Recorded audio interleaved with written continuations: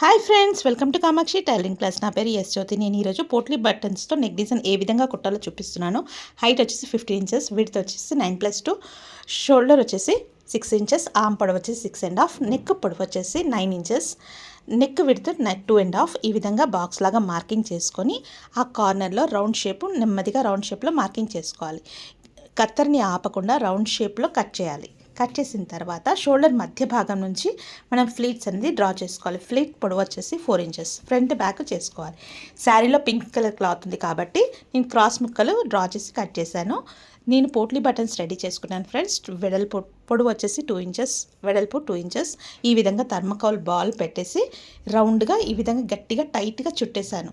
Friends, మీ దగ్గర thermocol ball లేకపోతే ఏదైనా చిన్న చిన్న ముక్కలు కట్ చేసి క్లాత్ని కూడా రౌండ్గా చేసి పెట్టొచ్చు. నేను క్రాస్ ముక్కల్ని జాయిన్ చేసుకుంటున్నాను పైపింగ్ కోసం.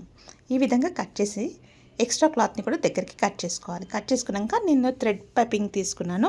థ్రెడ్ పైపింగ్ని మధ్యలో పెట్టేసి ఈ విధంగా నీట్గా టైట్గా స్టిచ్ వేస్తూ వచ్చాను. థ్రెడ్ పైపింగ్ మొత్తం థ్రెడ్ మధ్యలో పెట్టేసి పైపింగ్ అనేది రెడీ చేసి పెట్టుకున్నాను.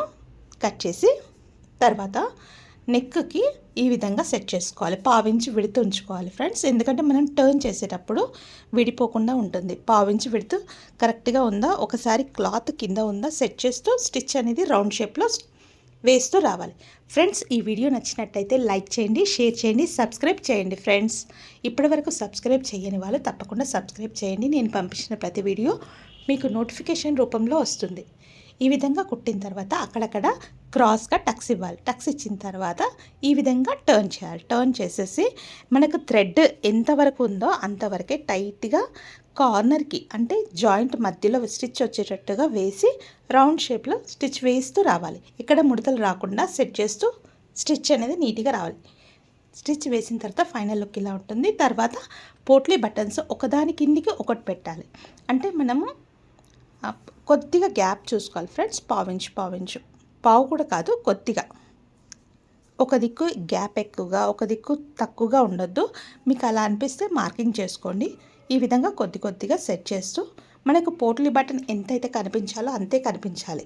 మిగతాదంతా వెనకకి వెళ్ళేటట్టుగా చూసుకుంటూ మనం థ్రెడ్ పైపింగ్ వేసాం కదా, ఆ జాయింట్ పైనే వచ్చేటట్టుగా చూసుకుంటూ రౌండ్ షేప్లో సెట్ చేస్తూ స్టిచ్ అనేది వేసుకుంటూ రావాలి.